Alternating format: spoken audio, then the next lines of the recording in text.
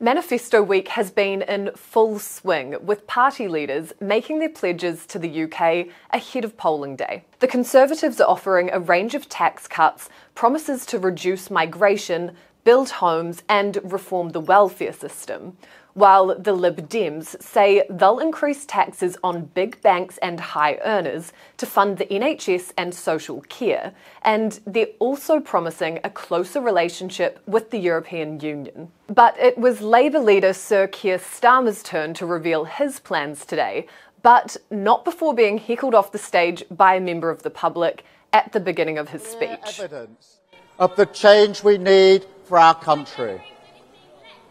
A changed. Thank you very much. Yeah. We gave up on being a party of protest 5 years ago. We want to be a party of power. But back to the main question of the day. Does the Labour Party bring any new ideas to the table, and were there any surprises? Here's what we learnt from the manifesto launch.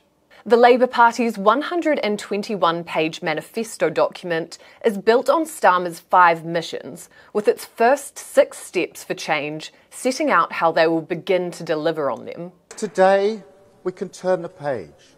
Today, we can lay a new foundation of stability. And on that foundation, we can start to rebuild Britain.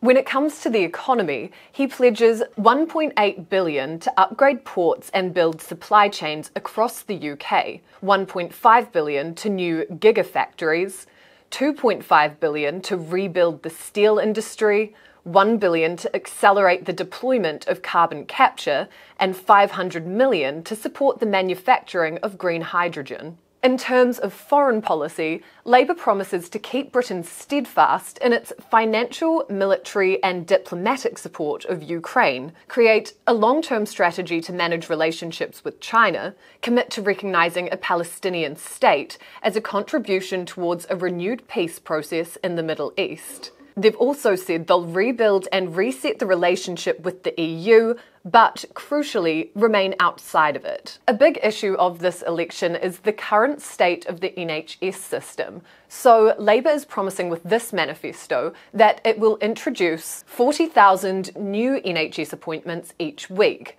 double the number of cancer scanners, create a new dentistry rescue plan, recruit 8,500 additional mental health staff, and bring back the family doctor.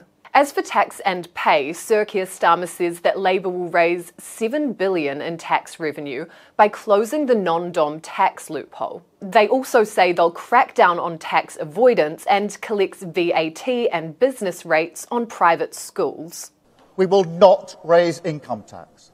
We will not raise national insurance. We will not raise VAT. That is a manifesto commitment. Keir Starmer also confirmed today that Deputy Labour leader Angela Rayner would become Deputy Prime Minister if they're voted into government. So, the question on everyone's lips, were there any surprises? There may be some people here today who say, where's the surprise? Where's the rabbit out of the hat?